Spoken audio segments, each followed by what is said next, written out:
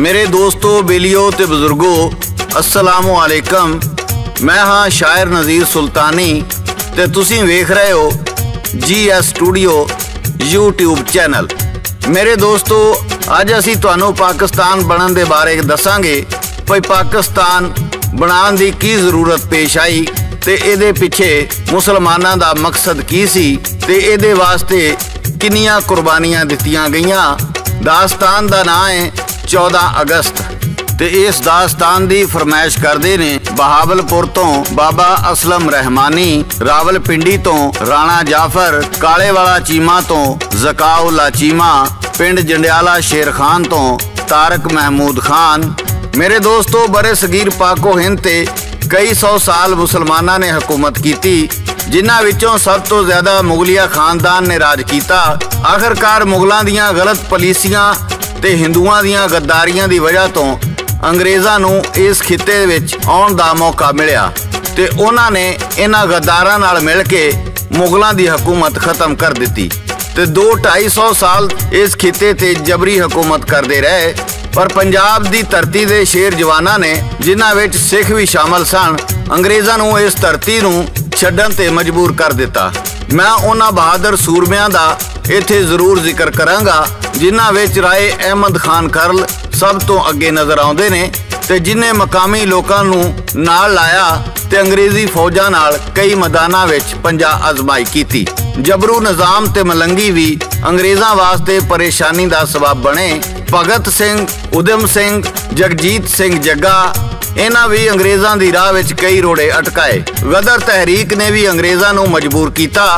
हिंदुआं ते अंग्रेज़ां दे जुल्म ते जबर तो मुसलमान ते सिख सब तो ज्यादा मुतासर होए ते जद्दोजहद आज़ादी दियां तहरीकां ने जन्म लिया। मुसलमान लीडरां विच लियाकत अली खान, डॉक्टर अलामा मोहम्मद इकबाल, सरदार अब्दुल रब निश्तर, सर सैयद अहमद खान, रहमत अली दे नाल कायदे आज़म मुहम्मद अली जिन्नाह ते होर भी कई लीडर पेश सन। डॉक्टर अलामा मोहम्मद इकबाल ने मुसलमाना वास्ते अलग वतन का नजरिया पेश किया। आखिरकार 23 मार्च 1940 नूं करारदादे पाकिस्तान मिंटो पार्क, जिथे अजकल मीनारे पाकिस्तान है, इत्थे मंजूर की गई। मेरे दोस्तों ये दास्तान पेश करते ने लोक दास्ताना दे बादशाह सादक पट्टी बागमोड़ वाले ते रिकॉर्ड करते ने लाला जी ते लिखते ने शायर नज़ीर सुल्तानी। मुसलमाना दे जुल्म सिकारदे हिंदू ते अंग्रेज, आकड़े फिरदे जिवें अरानी बादशाह सी परवेज। इन्हां दे जी जुल्म दे अगे कई बहादुर आए, कई इन्हां दियां फौजां मारियां, इन्हां मार मुकाए। अहमद खान करल दे हीरो पैदा धरती कीते, इन्हां ज़ालमां उन्हां दे जी लहू प्याले पीते।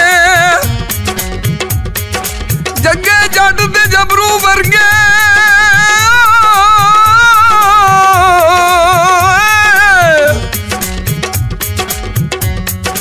जग्गे जट दे जबरू वर्गे सूर में पैदा होए, जेड़ा इन्हां अगे यारो सीना तान खलोए। जबरू नाई वर्गे हीरो डाकू नाम तराए, फिर मलंगी वर्गे सूर में इन्हां अगे आए। कई तहरीकां इत्थे उठियां जो ना दबियां गईयां, जलियांवाले बाग दे अंदर इन्हां जाना लियां। भगत सिंह ते उधम सिंह ने अपना हिस्सा पाया,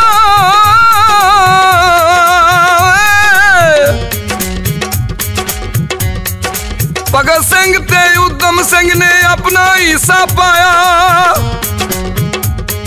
गुलाब कौर भी गदर दे अंदर सिक्का यार चलाया। मुसलमाना दे लीडर यारों एक नजरिया दिता। इकबाल ने पाकिस्तान दा जी नजरिया पेश किया। 1906 ਨੂੰ ਆਲ ਇੰਡੀਆ ਮੁਸਲਿਮ ਲੀਗ ਦਾ ਕਿਆਮ ਹੋਇਆ। ਕਾਇਦ ਆਜ਼ਮ ਮੁਹੰਮਦ ਅਲੀ ਜਿਨਾਹ ਨੇ ਇੰਗਲਿਸਤਾਨ ਜਾ ਕੇ ਆਪਣੀ ਵਕਾਲਤ ਸ਼ੁਰੂ ਕਰ ਦਿੱਤੀ। ਜਦੋਜਹਿਦ ਆਜ਼ਾਦੀ ਦੇ ਕਈ ਲੀਡਰਾਂ ਨੇ ਕਾਇਦ ਆਜ਼ਮ ਨੂੰ ਖਤ ਲਿਖੇ ਭਈ ਮੁਸਲਮਾਨਾਂ ਨੂੰ ਤੁਹਾਡੀ ਬੜੀ ਜ਼ਰੂਰਤ ਹੈ, ਪਰ ਕਾਇਦ ਆਜ਼ਮ ਵਾਪਸ ਨਾ ਆਏ। ਫਿਰ ਇੱਕ ਦਿਨ ਕਾਇਦ ਆਜ਼ਮ ਇੰਗਲਿਸਤਾਨ ਤੋਂ ਟ੍ਰੇਨ ਵਿੱਚ ਬੈਠੇ ਤੇ ਹਿੰਦੁਸਤਾਨ ਆ ਗਏ। ਜਦੋਂ ਲੀਡਰਾਂ ਨੇ ਪੁੱਛਿਆ ਮੁਹੰਮਦ ਅਲੀ ਤੁਹਾਨੂੰ ਬੜੇ ਖਤ ਲਿਖੇ ਪਰ ਤੁਸੀਂ ਨਹੀਂ ਆਏ ਤੇ ਅੱਜ ਅਚਾਨਕ ਆਪਣੀ ਮਰਜ਼ੀ ਨਾਲ ਆ ਗਏ, ਤੇ ਕਾਇਦ ਆਜ਼ਮ ਰਹਿਮਤੁल्लाह अलैह ਨੇ ਫਰਮਾਇਆ ਰਾਤ ਮੇਰੇ ਖਾਬ ਵਿੱਚ ਹਜ਼ੂਰ ਸੱਲੱਲਾਹੁ ਅਲੈਹਿ ਵਸੱਲਮ ਆਏ ਤੇ ਆਖਿਆ ਜਾ ਮੁਸਲਮਾਨਾਂ ਦਾ ਅਲੱਗ ਵਤਨ ਬਣਾਉਣ ਲਈ ਉਹਨਾਂ ਦੀ ਮਦਦ ਕਰ, ਤੇਰੀ ਮੁਸਲਮਾਨਾਂ ਨੂੰ ਜ਼ਰੂਰਤ ਹੈ। ਤੇ ਮੈਂ ਉਹਨਾਂ ਦੇ ਹੁਕਮ ਤੇ ਅਮਲ ਕਰਨ ਲੱਗਿਆ, 1 ਮਿੰਟ ਨਹੀਂ ਲਾਇਆ ਤੇ ਮੈਂ ਆ ਗਿਆ। ਇਸੇ ਤੋਂ ਹੀ ਆਖਿਆ ਜਾਂਦਾ ਹੈ ਪਾਕਿਸਤਾਨ ਦਾ ਮਤਲਬ ਕਿਆ, ਲਾ ਇਲਾਹਾ ਇल्लल्लाह। ਮੇਰੇ ਦੋਸਤੋ ਪਾਕਿਸਤਾਨ ਦਾ ਨਾਂ ਰਹਿਮਤ ਅਲੀ ਨੇ ਰੱਖਿਆ। ਆਖਰਕਾਰ 14 ਅਗਸਤ 1947 ਨੂੰ ਪਾਕਿਸਤਾਨ ਮਰਜ਼ੇ ਵਜੂਦ ਵਿੱਚ ਆ ਗਿਆ ਤੇ ਪਾਕਿਸਤਾਨ ਦਾ ਤਰਾਨਾ ਹਫੀਜ਼ ਜਲੰਧਰੀ ਨੇ ਲਿਖਿਆ। ਜਦੋਂ ਹਿੰਦੁਸਤਾਨ ਤੇ ਪਾਕਿਸਤਾਨ ਦੀ ਵੰਡ ਹੋਈ ਤੇ ਸਿੱਖ ਤੇ ਮੁਸਲਮਾਨ ਫਿਰ ਇੱਕ ਵਾਰੀ ਹਿੰਦੂਆਂ ਦੀ ਚਾਲ ਦੇ ਵਿੱਚ ਆ ਗਏ ਤੇ ਆਪਸ ਵਿੱਚ ਲੜ ਪਏ ਤੇ ਖੂਨ ਦੀਆਂ ਨਦੀਆਂ ਬਹਿ ਗਈਆਂ। ਕਈ ਆਪਣੇ ਪਿਆਰਿਆਂ ਨਾਲੋਂ ਵਿਛੜ ਗਏ ਤੇ ਕਈ ਰਾਹ ਵਿੱਚ ਹੀ ਮਾਰੇ ਗਏ। ਉਹ ਸਮਾਂ ਕਿਆਮਤ ਦਾ ਮੰਜ਼ਰ ਪੇਸ਼ ਕਰਦਾ ਸੀ। ਘਰੋਂ ਬੇਘਰ ਬੇਸਰੋ ਸਾਮਾਨ ਲੋਕੀ ਖੁੱਲੇ ਆਸਮਾਨ ਦੇ ਥੱਲੇ ਆਪਣੇ ਡੇਰੇ ਲਾਉਣ ਤੇ ਮਜਬੂਰ ਹੋ ਗਏ ਸਨ। ਇਹਨਾਂ ਲੀਡਰਾਂ ਦਾ ਖਿਆਲ ਸੀ ਭਈ ਮੁਸਲਮਾਨ ਅਲੱਗ ਵਤਨ ਵਿੱਚ ਆਜ਼ਾਦ ਜ਼ਿੰਦਗੀ ਗੁਜ਼ਾਰਨ ਤੇ ਆਪਣੇ ਮਜ਼ਹਬ ਵਿੱਚ ਆਜ਼ਾਦ ਹੋਣਗੇ। ਨਾ ਨਮਾਜ਼ ਤੇ ਪਾਬੰਦੀ ਹੋਵੇਗੀ, ਨਾ ਅਜ਼ਾਨ ਤੇ ਪਾਬੰਦੀ ਹੋਵੇਗੀ ਤੇ ਨਾ ਹੀ ਸਾਡੀਆਂ ਇੱਜ਼ਤਾਂ ਗੈਰ ਮਹਿਫੂਜ਼ ਹੋਣਗੀਆਂ। ਪਰ ਉਹਨਾਂ ਨੂੰ ਕੀ ਪਤਾ ਸੀ ਇਸ ਪਾਕਿਸਤਾਨ ਨਾਲ ਕੀ ਕੀਤਾ ਜਾਵੇਗਾ। ਇਹਨੂੰ ਫੇਰ ਇੱਕ ਵਾਰੀ ਅੰਗਰੇਜ਼ਾਂ ਦਾ ਮਕਰੂਜ਼ ਕਰ ਦਿੱਤਾ ਜਾਵੇਗਾ। ਪਾਕਿਸਤਾਨ ਬਣਨ ਤੋਂ ਬਾਅਦ ਕਾਇਦ ਆਜ਼ਮ ਨੇ ਆਖਿਆ ਸੀ ਮੇਰੀ ਜੇਬ ਵਿੱਚ ਖੋਟੇ ਸਿੱਕੇ ਨੇ, ਇਹਨਾਂ ਖੋਟਿਆਂ ਸਿੱਕਿਆਂ ਨੇ ਪਾਕਿਸਤਾਨ ਨੂੰ ਫਿਰ ਇੱਕ ਵਾਰੀ ਅੰਗਰੇਜ਼ਾਂ ਦੇ ਨਜ਼ਰੀਏ ਤੇ ਮਰਜ਼ੀ ਨਾਲ ਚਲਾਉਣਾ ਹੈ।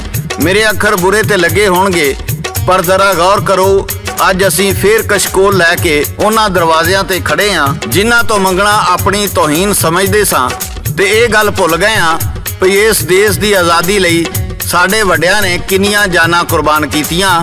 ਮੇਰੇ ਦੋਸਤੋ ਅੱਗੇ ਦਾ ਹਾਲ ਸੁਣਾ ਰਹੇ ਨੇ ਸਾਦਕ ਪੱਟੀ ਬਾਗ ਮੋੜ ਵਾਲੇ।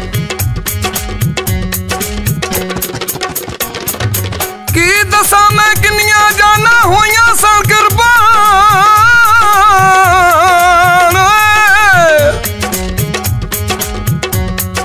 ਕੀ ਦੱਸਾਂ ਮੈਂ ਕਿੰਨੀਆਂ ਜਾਨਾਂ ਹੋਈਆਂ ਸਨ ਕੁਰਬਾਨ। ਫਿਰ ਕਿਤੇ ਜਾ ਕੇ ਬਣਿਆ ਸੋਹਣਾ ਪਾਕਿਸਤਾਨ। ਜਦੋਂ ਜਹਿਦ ਆਜ਼ਾਦੀ ਦੇ ਵਿੱਚ ਕਈ ਸ਼ਹੀਦ ਸੀ ਹੋਏ,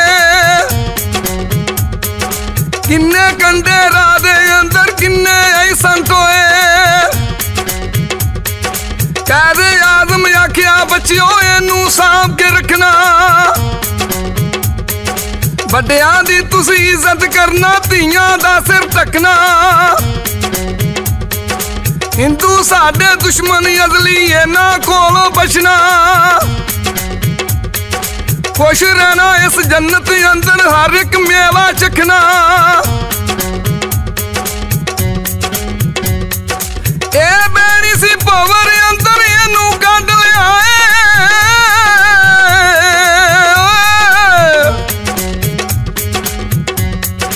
ਇਹ ਬੇੜੀ ਸੀ ਪਵਰ ਅੰਦਰ ਇਹਨੂੰ ਕੱਢ ਲਿਆਏ। ਇਹਨੂੰ ਤੁਸੀਂ ਫੜ ਕੇ ਰੱਖਣਾ ਹੱਥੋਂ ਨਿਕਲ ਨਾ ਜਾਏ। ਘੱਟ ਤੇ ਨਹੀਂ ਸੀ ਮੁਸਲਮ ਇਹ ਤੇ ਵੰਡ ਨਾ ਚੰਗੀ ਹੋਈ। ਜਿਹੜਾ ਝਗੜਾ ਹਿੰਦੂ ਮੁਸਲਮ ਫਿਰ ਵੀ ਰਿਹਾ ਸੋਈ। ਦੋ ਜੰਗਾਂ ਐਸੀ ਲੜੀਆਂ ਜਿਸ ਕਸ਼ਮੀਰ ਦੀ ਖਾਤਰ।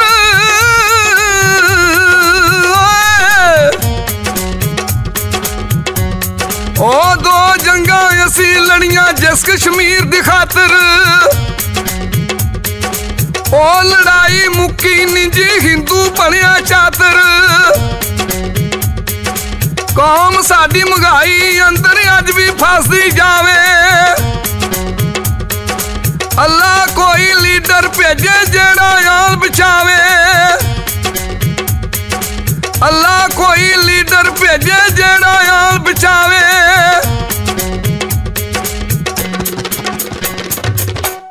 मेरे दोस्तों, ਜਿਹੜੀਆਂ ਮੁਸ਼ਕਲਾਂ ਨਾਲ ਇਹ ਪਾਕਿਸਤਾਨ ਬਣਿਆ, ਸਾਨੂੰ ਇਹਦੀ ਕਦਰ ਨਹੀਂ।